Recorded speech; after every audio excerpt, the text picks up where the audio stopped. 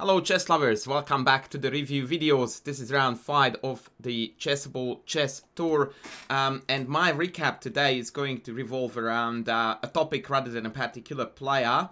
Although incidentally we again are going to look at a Magnus Carlsen game, but I try to approach this round and the recap video from an entirely different and hopefully very educational angle, and that is going to be none other than the topic of opposite side castling, and that is exactly what we see on the board already. This is the snippet from the game Magnus Carlsen against Jordan van Forest, I don't know how to pronounce his name, that actually ended in a tragic blunder as per indicated by the thumbnail. But there is so much more to this game than just a silly blunder, and I thought that I would show you a little bit about what was going on here. So in this position, with black to move, Jordan played bishop g7, a very logical move to deny and neutralize the power of the bishop on b2.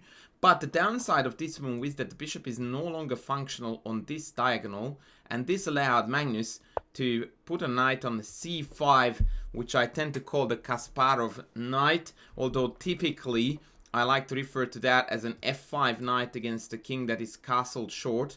But the effect of a c5 knight against a king that is castled long side is exactly the same, targeting the middle pawn in the pawn chain where the king is hiding, also hitting a6, also hitting d7, an incredibly powerful attacker that Kasparov tended to rate higher than the average value of a piece in other attacking scenarios. So the knight is en route to c5, it's not stoppable. Knight f4, a clever move to expose the d file and to penetrate on d2. Takes. Note also that the knight is trapped, by the way, by h6, so chaos is definitely on the board, as you would expect, by the way, from an opposite side castle scenario. Bishop takes, and here Magnus uncoked the very clever attacking scheme, knight c5, queen takes d2, and that was the moment, the tragic moment, irrespective, by the way, of who you are cheering for, because first and foremost, I suppose we are cheering for quality chess. And for that was definitely the tragic moment when, I don't know, Magnus had a mind blank or whatever happened. But not only did he tragically blunder, but he actually blundered at the expense of missing a beautiful tactical strike, which would have been the spectacular bishop takes a6.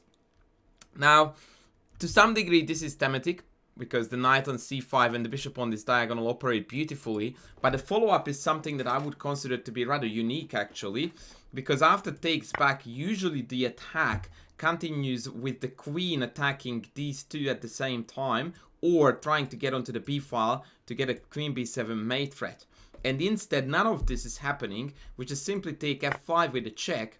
Turns out there is no good blockading move, and so black has to stumble through a lot of checks, which allows white to pick up the momentum of the attack, because right now it seems we have got one attacker, and that's definitely insufficient. But with the queen joining the fray and the knight continuously taking defenders with a check, all of a sudden we find ourselves in a completely winning position. We check, everything just drops with check, and by the time we clean up everything, it is well and truly a marvelous victory for white. Now the king goes back with take on c7, and the finish is just a casual rook b1 move.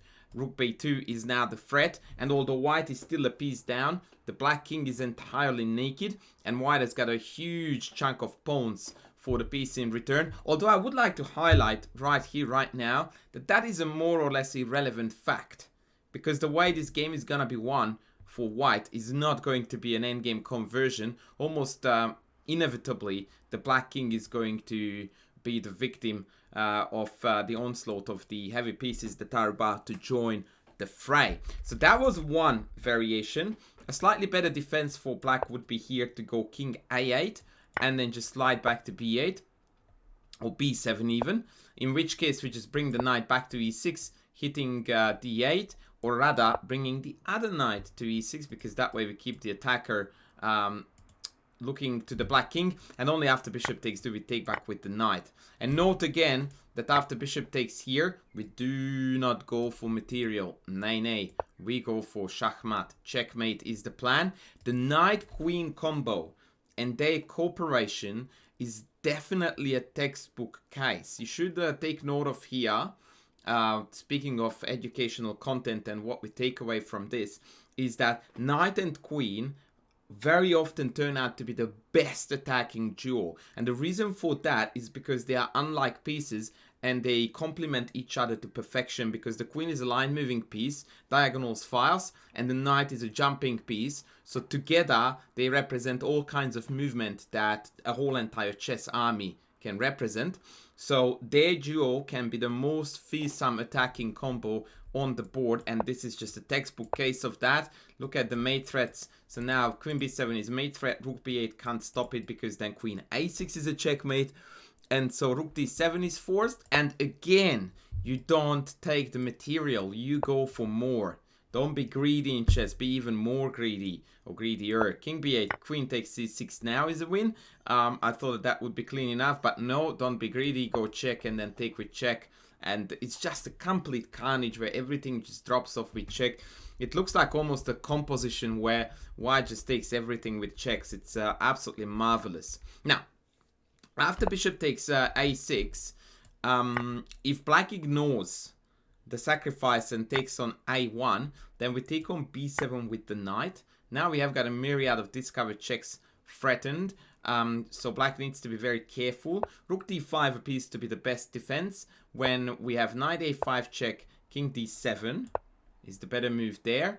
And super excitingly, queen takes a1 is the cheeky move that now secures the advantage to white. Note that now the queen is doing the job on the long diagonal, and if you do a head count, white is only down in exchange, and once again the black king is utterly and miserably exposed. That being said, this would have been the best scenario for black after the sack. The reason why the game is real tragic, apart from the fact that, yeah, I don't know what to even say about this blunder, is that after bishop takes, Magnus did try to turn it around with the same tactic, but it doesn't work anymore because it lost the momentum. It doesn't happen with checks, and the black army now, especially because the bishop is no longer on g8, is very well coordinated. The rooks are defending each other, and there is just simply nothing left in this attack, and in a couple of moves it actually fizzled out. And on that note, I would like to show you that it's very important indeed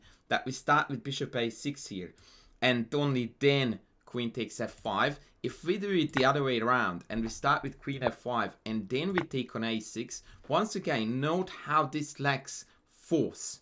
Right now we don't have a threat. When we did it the other way around, after bishop a6, knight b7 is very annoying, bishop b7 is a check threat, and queen f5 is still floating. But most notably, knight b8 is the way we go. And if they play king b8, of course we are not going to take this now, but instead knight takes b7 is the move. Again, the same theme that we remove all defenders, and now the threat is knight takes b8. And again, the attack is just raging on like mad. And if rook d4, now we can take on f5, because now the back rank is weak, and so the queen actually has a meaningful appearance on f5, not to mention the good old sliding across to b5. So now after bishop a1, queen b5, the black king is again very, very desperately lacking defenders, and the white attack is extremely likely to break through. Bishop c4, queen takes c6 is the engine's very spectacular variation, when after bishop takes, queen takes again, knight c5 is going to prove the knight queen combo to be absolutely lethal. So yeah, I really don't know. This is like this blunder that Magnus made with rook a2, by the way, in literally no time. Like, he just blitzed it out. To be fair, he had been winning almost from get-go, and I think he got a little bit too cocky here. But this looks like a blunder that you would make in a Fischer random game, where you forgot that the bishop started on g8 looking down here. unexplainable stuff. Anyway, so continuing the theme of opposite colored bishops, there was another particularly interesting and exciting game in this round between Jan Zizhtov Duda and Quang Liem, where Duda here uncooked the absolutely amazing rook g1 move. I just noticed that my cut is a little bit off for this, but it's okay, we'll carry on now. Unfortunately, I didn't have the background, I apologize for that. So rook g1 was played, the idea is g4, g5, which is quite bonkers in itself. And I'm just going to now fly through the middle game because for the most part, black is really playing very good chess, grabbing the center, relocating pieces, and now getting ready for the onslaught on the queen side against the opponent's king. Was this opening by Duda was definitely very adventurous. It was also very unsound. And black's attack here ought to be much better because we have got far more space to work with. And therefore it's easier to get to the opponent's king. The crucial key position occurred here when a very interesting tango occurred between the knight and the bishop. Duda playing knight d3, knight g3, Quang answering bishop g4, and then here we had a draw offer basically by bishop back, which Duda counter offered with a draw offer, and then Quang decided that nah, I want to play for a win. So there was a potential here for a move repetition with bishop there, knight here, bishop back, yada yada yada. But excuse me, there was a beautiful chance here for Quang to actually turn this into a marvelous attack, and that would have been to retreat the bishop to f5. Now you would wonder, what on earth is the difference if white again plays knight g3, forcing the bishop to move somewhere, and if they go back we have h5, if they go back we have knight e4. Well, the difference lies in the fact that now we can just go boomski and destroy white's defense like crazy. This is a sensational piece sacrifice that cracks the very sturdy looking defense entirely open. Now, very often I hear club level players when they see a move like this to say something along the lines of, there is no way that this move would even occur to me. Like, it's not even close. Don't even show this to me.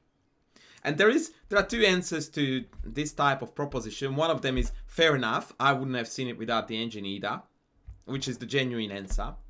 But there is a very educational one, which I must add to it, not because I want to sound like I actually saw all this, but because I think there is a way to actually unveil the secret of these positions. So we have got an opposite side castle-king scenario. That is always a race. Always a race. Whoever gets there first wins, to the opponent's king, that is. And what we need to notice here is that white has a bucket load of pieces stuck on the king side, not exactly attacking, but certainly unable to offer a helping hand to the king here.